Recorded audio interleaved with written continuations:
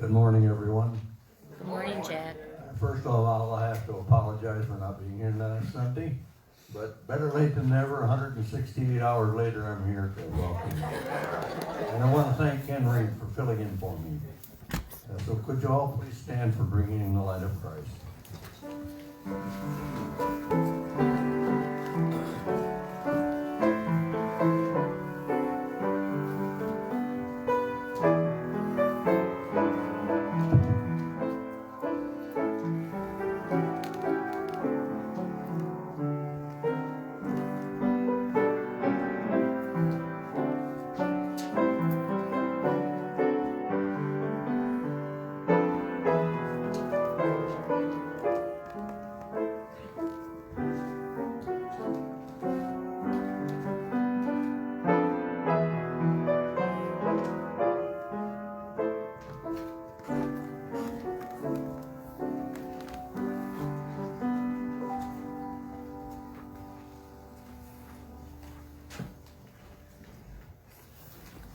Seated. Unless you want to stand for the introit, you can. It's a toe tapper today.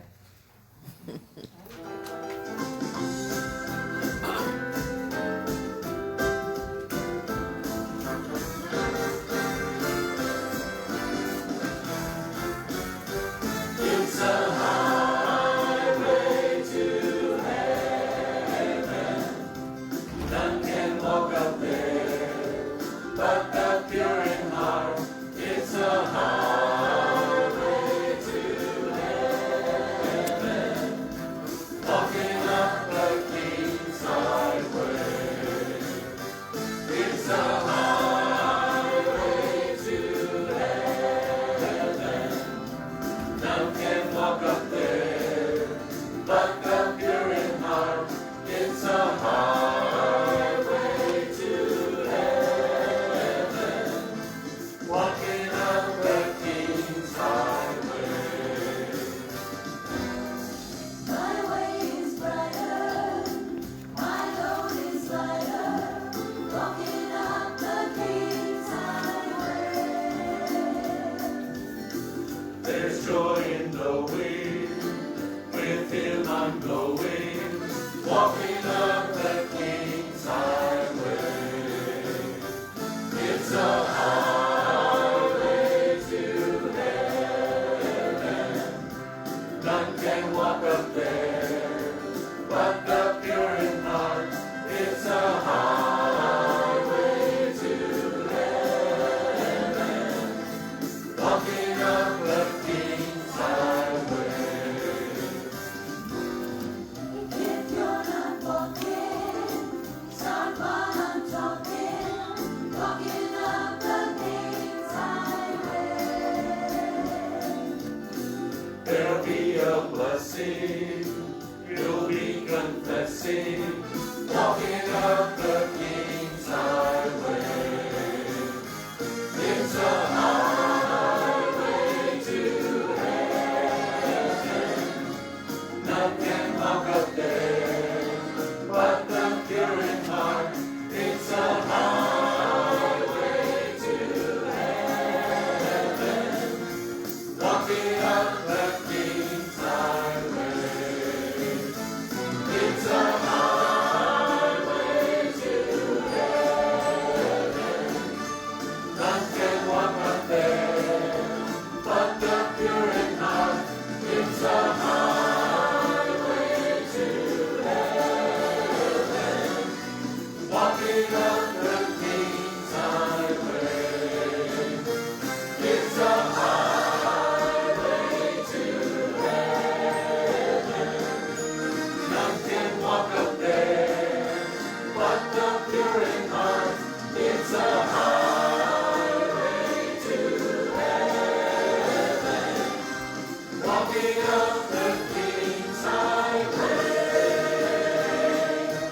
walking up the King's highway, the King's highway.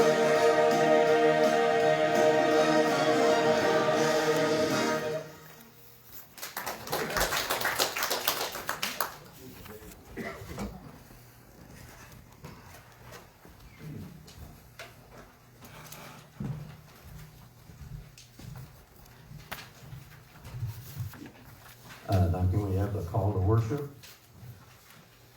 You have searched me, Lord, and you know me. You know when I sit and when I rise.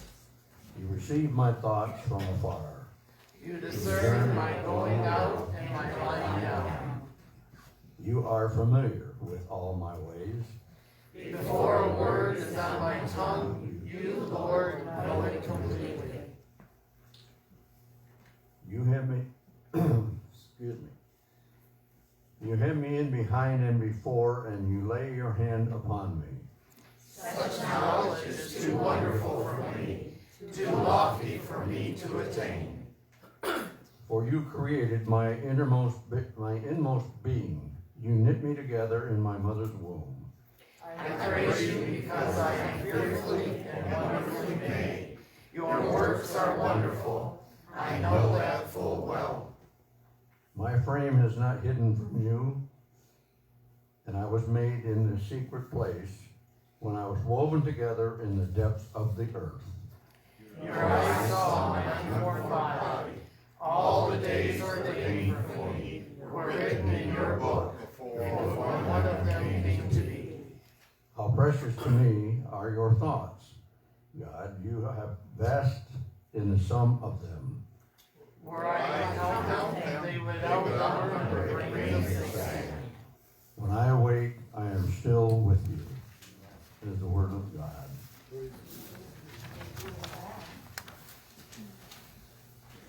Now we're going to sing the opening hymn. Turn your eyes upon Jesus, number 349.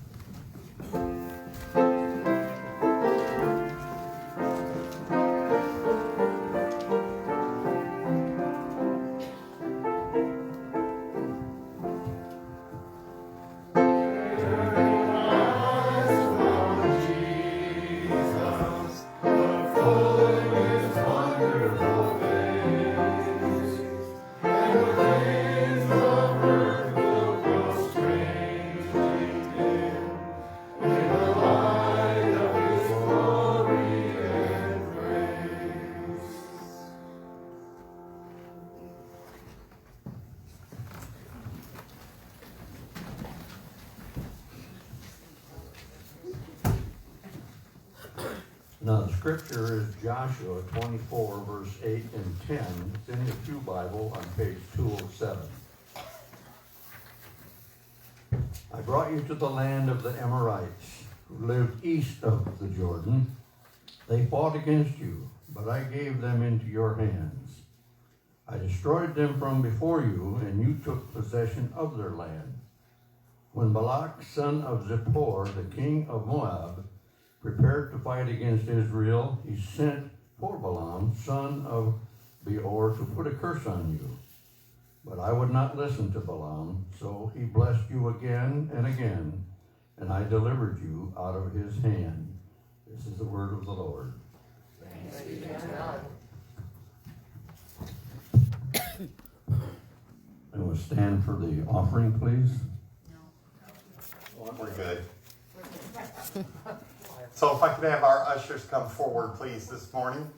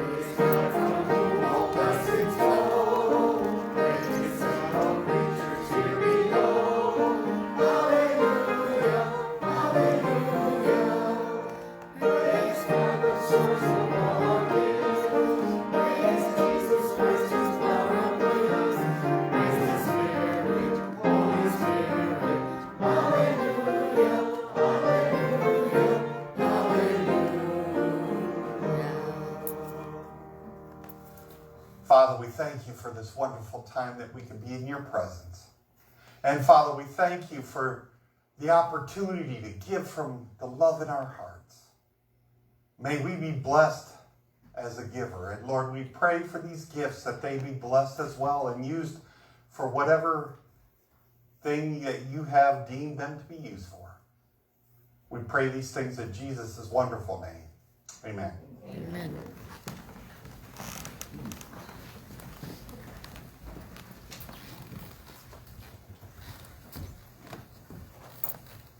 Don't know if we have anything in our basket yet this morning for our prayer concerns, but want to announce that we are looking at doing it a little different in the future. Just another little tidbit, if you would.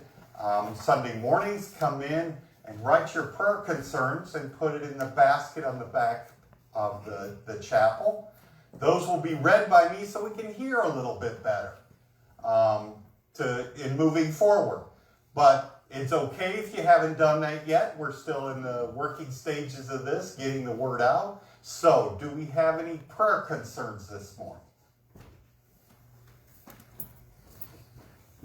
Diane. My youngest granddaughter had an automobile accident Friday night. Okay. She's basically okay, just shook up a lot of chest pain from the airbag and the belt and that kind of thing. Diane's youngest granddaughter had an automobile accident. So please be praying for her, for the hurt and the achy feeling from that. And she's okay, but, you know, there's still hurt from any accident. So please be praying for her. At that age, they get scared so easy. Yep. Janet, did you have one? Yes, my daughter Brenda was trying to help a neighbor lift something that she shouldn't have been, and so she did something to her back, and she's been in a lot of pain all week, and still working. She's got so much outside stuff to do now, since she's alone. Okay, so be praying for Janet's daughter Brenda for the pain that she has in her body, for healing. Yes. I just want to thank everybody for prayers for my mom. She's feeling much better. Sorry, she was a quart low on bloods, not a quart, but you know, she needed a unit of blood. Yeah, she was anemic and she couldn't believe how sick she was. But just one little thing of blood, and she's back to doing good. So Nanette's mom is doing better, but still, please keep praying for her, and Nanette as well as the rest of the family that's working with her. Anyone else? Yes. I have Kay. a praise note. I just want to thank you and all the people for always being online, so when I'm too lazy to get up and I would just call it that. You know, some days it ain't that. Some days I just don't feel good, but some days I'm just lazy. And I want to thank you for having it on there for us. Yes. It's a good backup, but it's not the I know, same and as that's the why real I'm thing. here. Amen. Glad you're here. Yes, Beverly. Jim is going to be having some heart tests this week. He'll have a stress test tomorrow and then some carotid artery echo on Thursday. So I'm glad to hear for him. So please be praying for Jim as he has a stress test and some other heart issues. I have a hard time hearing with your mask, but some other heart issues going on. So please be praying for Jim for his health. Thank you. Yep. Yes. I'd like prayers for my son-in-law Chuck. His knee replacement surgery had to be canceled because they found some heart issues, and he's going through testing. So I would ask for prayers for him. Okay. So let's be praying for Molly's son-in-law Chuck for the surgery he's coming about. Knee surgery, right? Okay. Had to be canceled because of heart problems. Okay, so please be praying for him that things will get back in order with his heart and then the knee surgery down the road. Anyone else? It's so good to see so many people out there today. No one else? Then join with me as we pray as a corporate body of believers. Father, we do thank you for allowing us to be together and to worship for. There's no substitute of that, being together. Yes, we have other avenues for for when times are tough that we just can't get out. But Father, we thank you for bringing us here and bringing us here safely. And we continue to pray for that safety. And Father, we thank you for the concerns on our hearts that were lifted up and for the praise notes. For we know that you are working and are amongst our lives. Thank you, Jesus, for teaching us how to pray by saying, Our Father, who art in heaven, hallowed be thy name. Thy kingdom come, thy will be done, on earth as it is in heaven. Give us this day our daily bread, and forgive us our trespasses, as we forgive those who trespass against us. And lead us not into temptation, but deliver us from evil. For thine is the kingdom, and the power, and the glory forever. Amen. Amen. At this time, the choir is going to be singing again. The title they will be singing is Midnight Cry.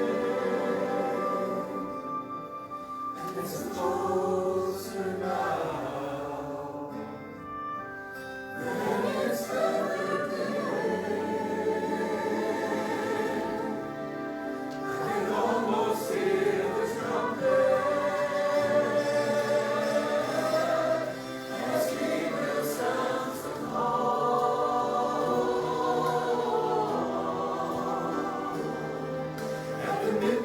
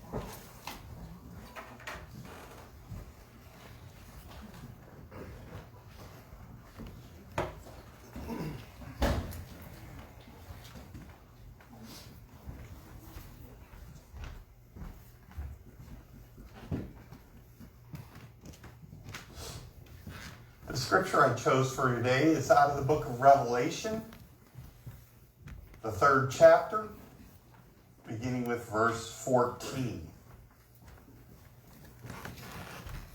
To the angel of the church in Laodicea write, these are the words of the Amen, the faithful and true witness, the ruler of God's creation. I know your deeds, that you are neither cold nor hot. I wish you were either one or the other. So because you are lukewarm, neither hot nor cold, I am about to spit you out of my mouth. You say, I am rich. I have acquired wealth and do not need a thing. But you do not realize that you are wretched, pitiful, poor, blind, and naked. This is the word of God for the people of God. Thanks be to God. Well, this morning I thought I'd have a little bit of help. I'm going to play you a little, kind of like a story. More of an illustration than anything. I did put the words on the screen, so if you can't hear all the words on the on the story that's being played for you, you can capture some of the words on the screen. So I hope you enjoy this morning as part of an illustration for me this morning. When I was a kid growing up, I used to be kind of mixed up about my mom, you know. I mean, she was so sweet and everything, except when I did something wrong, you know. And, you know what I'm talking about. I used to get really mixed up because I'd watch TV, you know, and mothers on television never acted like real mothers. You know what I'm talking about? You know, on TV, you know, when kids do things wrong, you ever notice? They never do anything to them, man. All they ever say is, young man, go to your room. Go to your room. I don't know about you guys, but my mother never said that to me when I did something wrong. When I did something that was really wrong, she'd look at me and say, I brought you into this world, I'll take you out. We're talking violence on TV. They never met my mother, you know what I mean? You ever notice when mothers get really mad, they don't talk normal even? They understand what I am trying to say to you. Are you listening to me? Oh, look at this room. Look at this room. Look at him, look at him, look at him. I got clothes all over the floor, but that's why I don't get the carpet dirty, you know? Watch your step on Mom. There's a cat down there. I know there's a cat under there somewhere. That was my brother Dwayne. Oh. Come on out, Dwayne. You've been down there 3 days. See, my brother wasn't much help either, you know. And he was 3 years older than I was, and he's the one that corrupted me. And see, my mother had a lot of rules around the house, you know, and you just didn't break those things, you know, unless you want to be turned back to dust or something. And I'd be real careful, you know. Well, he and I had an agreement going where he wouldn't tell on me if I wouldn't tell on him, you know, when we did something wrong, you know. We figured we'd both live longer that way. But see, one of those rules my mom had to do with the kind of music you listen to. See, my mother didn't want anything but classical music in the house. She didn't want any of that rock stuff, that beat. I'm not going to have that in my house. Not going to have any of that country western garbage either. For years, I thought that was the name of the music, country western garbage, you know. A guy said he liked country western music. I said, well, you like garbage. Oh. Got my jaw handed to me. Now, we didn't even have any religious records in the house or gospel music, you know, unless it was written by Bach, Brahms, or Beethoven. And I couldn't really get into that, you know, it was all in German, you know. Sounded like somebody with sinus trouble to me.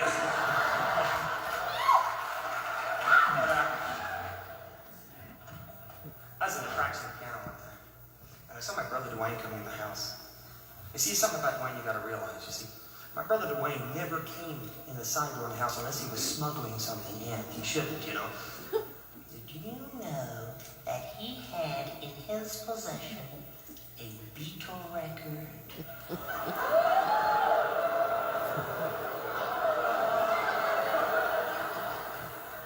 I said, man, do you want to die?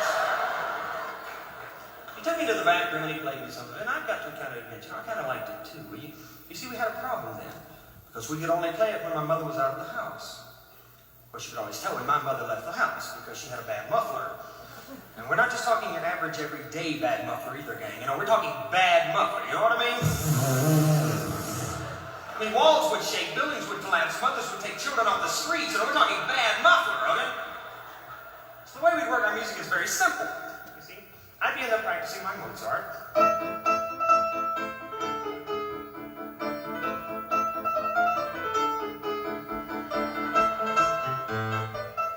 My mother driving off, 20 years ago today, Sergeant Pepper put the band to play. My brother come in. And he say, "Is Mama gone?" I said I wouldn't be singing this if she was here, nerd. So we sat down and we'd sing together, till we'd hear her coming back,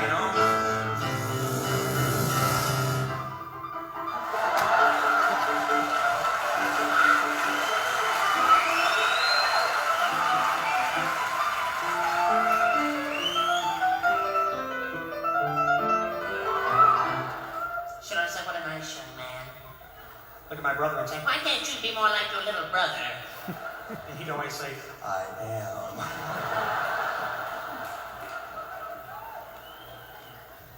And see, I tell you that story to make a point.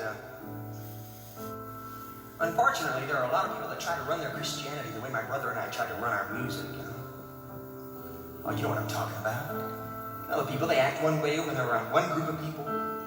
And then they get around another group of people and they become someone else. They talk differently, they act differently. It's almost like we've got a world full of schizophrenic Christians running around loose all over the place, That's the illustration that I have for you this morning. And I'm going to follow it up a little bit. One of the most frightening groups of verses in the Bible are found in the book of Revelations, chapter 3. When Christ is talking to the church of Laodicea. He is addressing the people of the city known for its wealth, but despite its financial prosperity, it was spiritually impoverished. He says to the people, "You are neither hot nor cold. I wish that you were either cold or hot.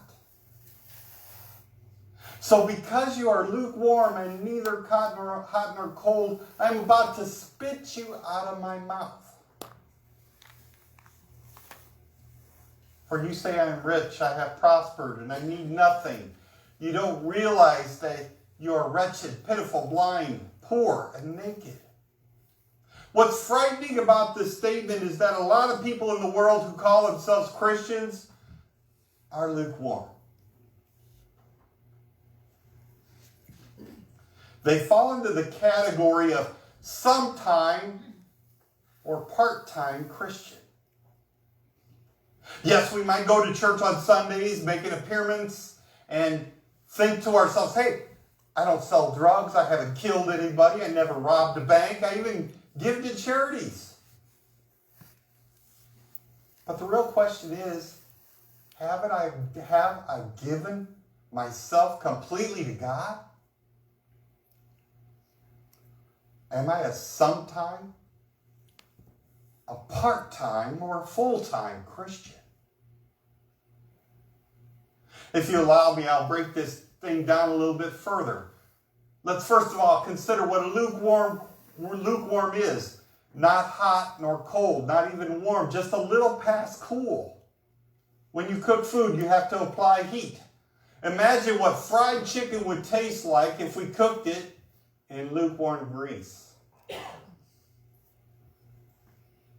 It would be something that wouldn't reach the mouth.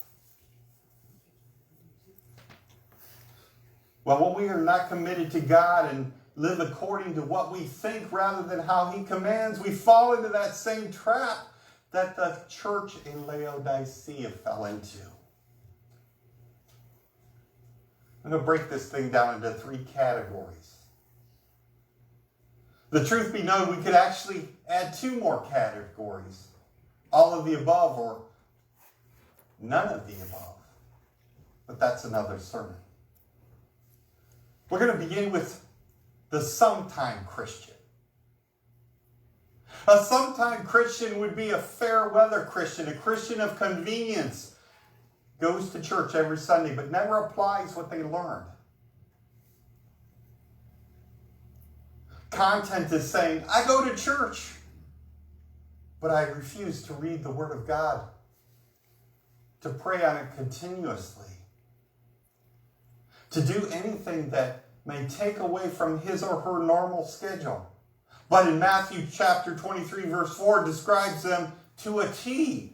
They tie up heavenly loads and put them on men's shoulders, but they themselves are not willing to lift a finger to move them. These sometimes Christians can recite what has been preached to them, but they are unwilling to apply it to their own lives. But they can tell you how your life should be led. Listen to this. How about this? Girl, if I were you, I'd do it this way. Or man, if you asked me, I would work at it this way. But if you ask them what they're really going to do, well, the response is usually, I don't know. Or I'm not going to do anything right at the moment. Or I'm not ready yet. But the Word of God does not support this mindset. In fact, the text for today gives us an understanding just how distasteful it is to God that we do not give Him our all. But in order to elevate from a sometime Christian, we must be willing to enter a holy of holies and spend time with the holy God. Hebrews chapter 10, verse 19 through 22. Therefore, brothers and sisters, since we have confidence to enter the most holy place by the blood of Jesus, by a new and living way opened up for us through the curtain, that is, his body. And since we have a great high priest over the house of God, let us draw near to God with a sincere heart and full assurance of faith. Having our hearts sprinkled to cleanse us from a guilty conscience and having our bodies washed with pure water. A true worship. This is not something that's exclusively just for Sunday mornings. This is not some ritual that becomes tedious as time goes by. This is the real deal. Coming each day with a level of expectancy. Expecting God to move. Expecting God to act. Expecting God to make a way. Expecting God to bless. Expecting God to do something. But a sometime Christian has no level of expectancy because they have no connection with God. Just the knowledge that there is one. The second addressing point is a part-time Christian. Now they are a little bit better than a sometime Christian. There is a level of prayer time. There's a level of some Bible time here and there somewhere. However, a part-time Christian picks and chooses what they will or will not do for God. I will go to Bible study, but I will not be reading the Word on a daily basis. Or I'll read the Word every day, but I'm not going to accept my call. I'll get to the church every Sunday, but I won't be on time. Or I'll be on time, but I'm not doing all that praise and worship because it don't take all that kind of stuff.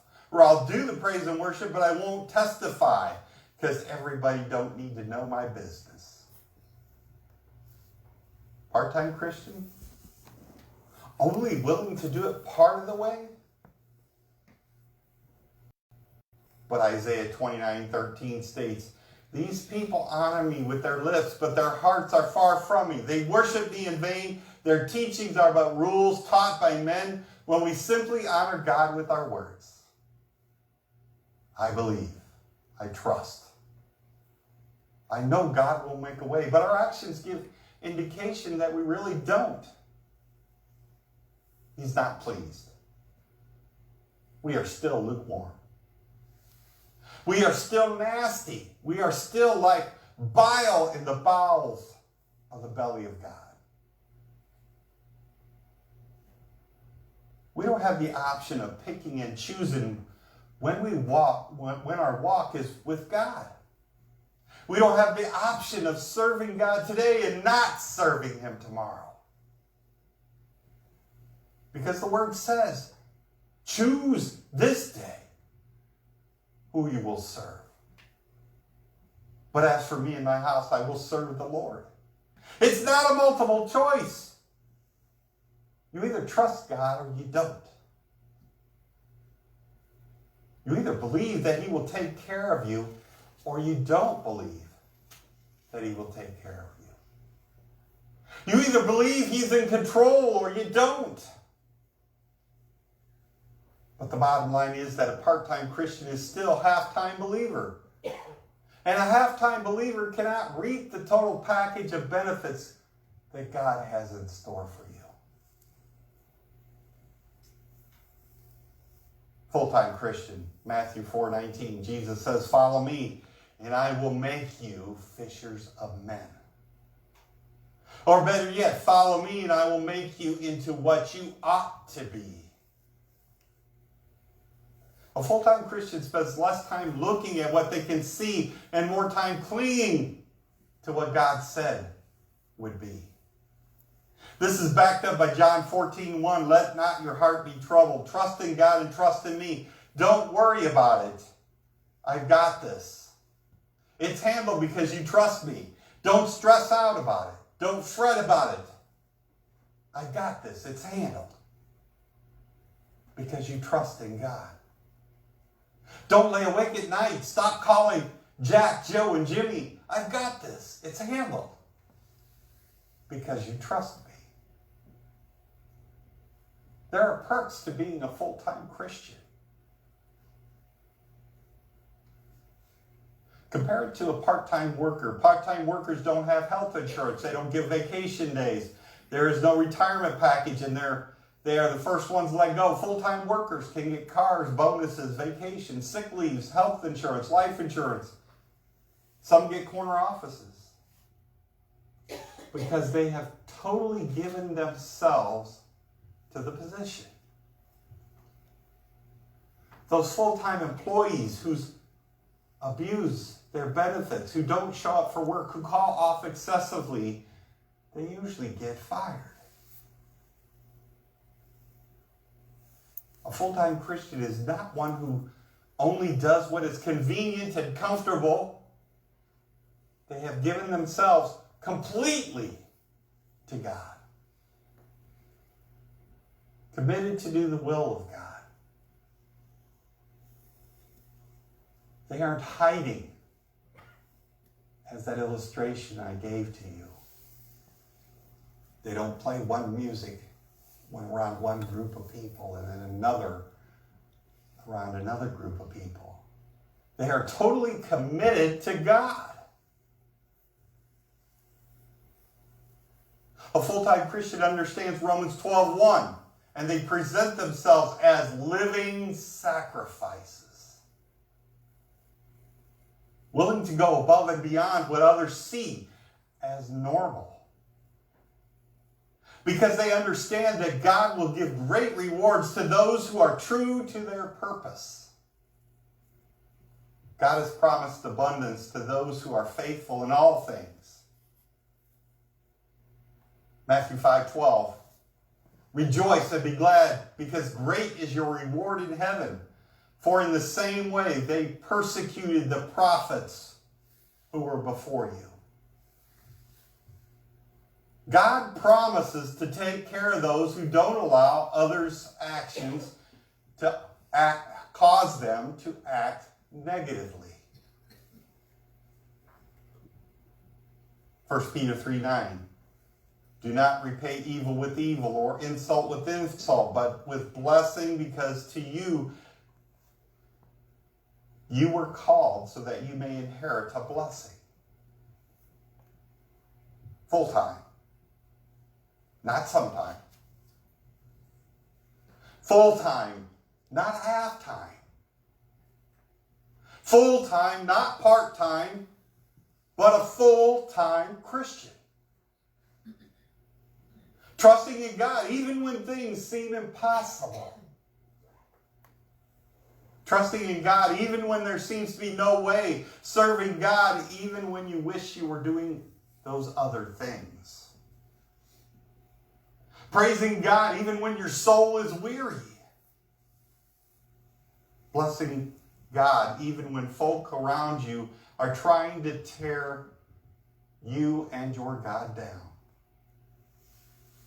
Praying and trusting God even when your bills far surpass your personal resources.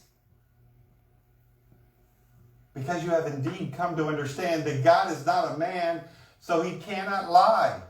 Full-time Christians know to read the Word of God, to pray the Word of God, to rejoice in the Word of God. And they know to apply the Word of God to their lives. Because there is power in God's Word. No longer looking at things as difficult, but understanding that if God said it would be, then it will be made so. Perhaps he told you to start a business. He will give you the resources.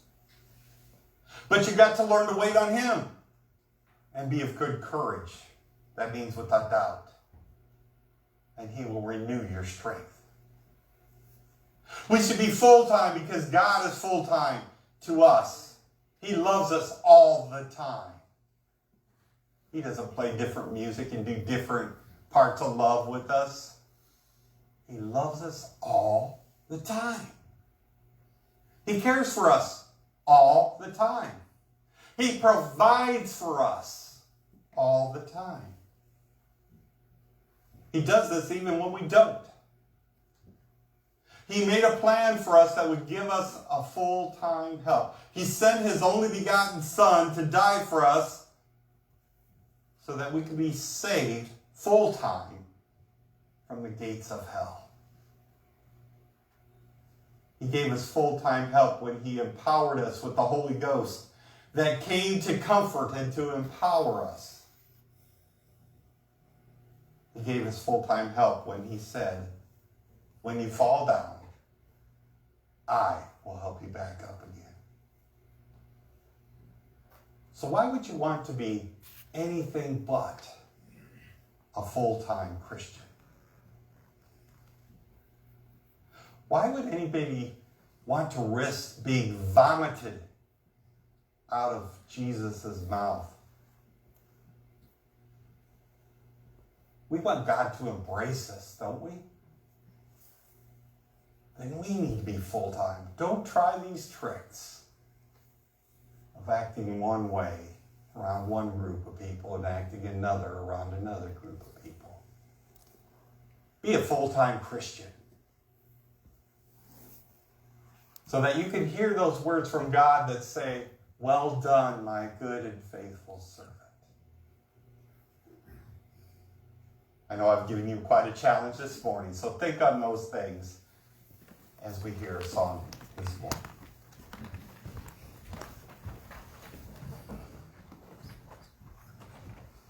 Good morning. This song I'm going to sing today is the actual title of the name of this song is called London Derriere. You might know it better as Oh Danny Boy. But Dottie Rambo wrote Christian words to this song, and I think it hits the point, and it's called He Looked Beyond My Faults, and Sharon's going to play for me.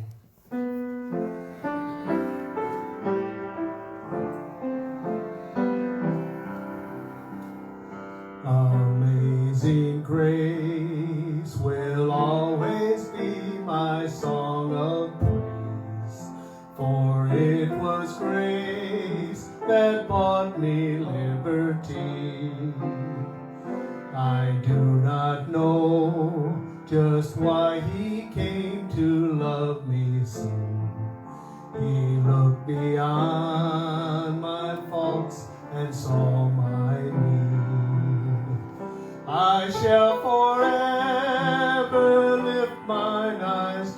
Calvary to view the cross where Jesus died for me.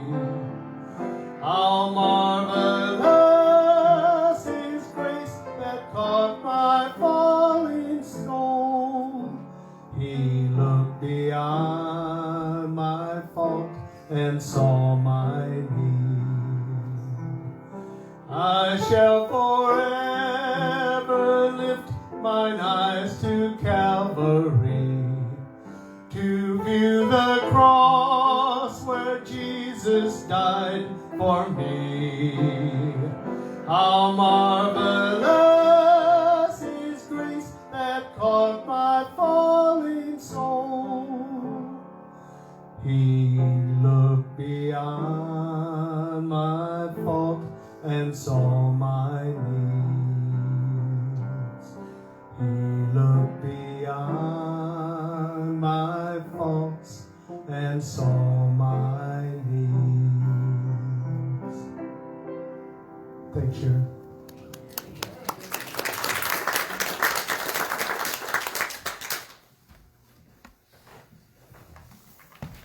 Our closing hymn this morning is 377.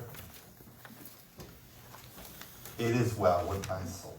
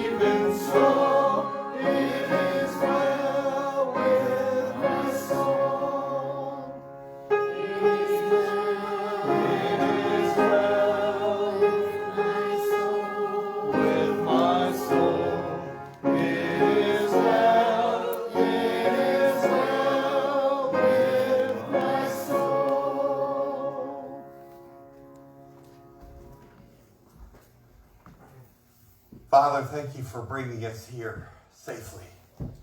And Father, we do ask for that hedge of protection around each one of us as we leave this place. Father, you have blessed us tremendously by being in your word today. And Father, we pray that we will be full-time Christians for you. Guide and direct us in that venture. Father, bless us as we separate from this place and bring us back here again where we can worship you. In Jesus' name we pray. Amen. Amen. Please be seated as our liturgist will come forward to lead us in a time of our announcements.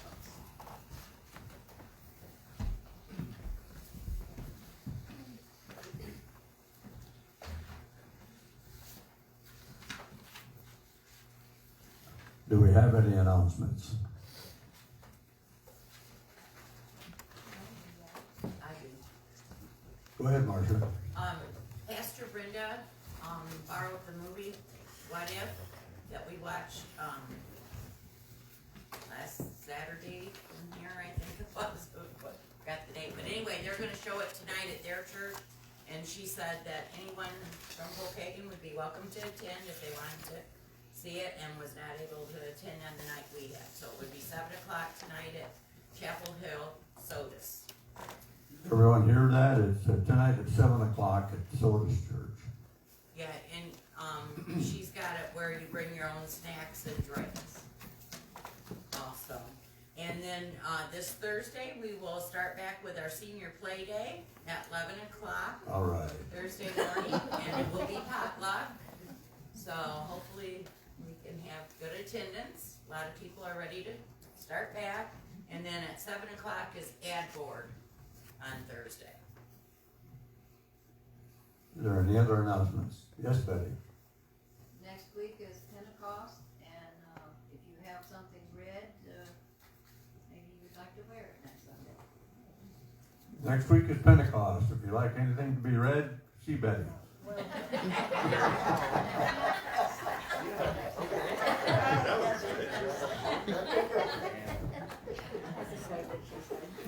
And Molly, you had something? There will be a concert today at 3 o'clock across the street with Billy Shelton and the Golden Tones. And for those who have not heard that group, you would really enjoy them, I'm sure. Very good. The concert at 3 o'clock. Billy Shelton will be there. There will also be a hymn sing at 6 o'clock tonight. Great. The hymn sing at 6 o'clock tonight. Are there any other announcements? Yes, Mike. We're starting a new Bible study. We're starting the book of Acts.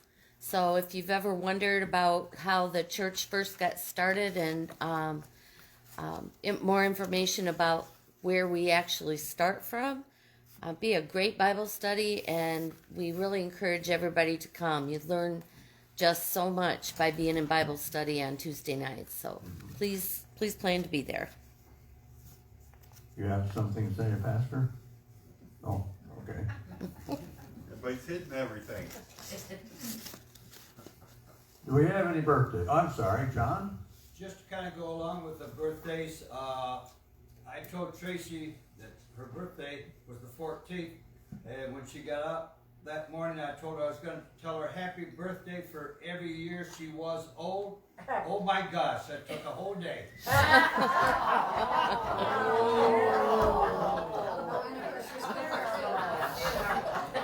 You know how to butter your bread, don't you, John? Can you see out of those black eyes? Well, how many others going to follow that lead? Well, we also have Bill Sunday and Tony Personet's birthday is today as well. Or this week, I believe. 25th. 25th. Do we have any anniversaries? Then I guess this is the end of the service. Everyone, welcome and see you next Sunday.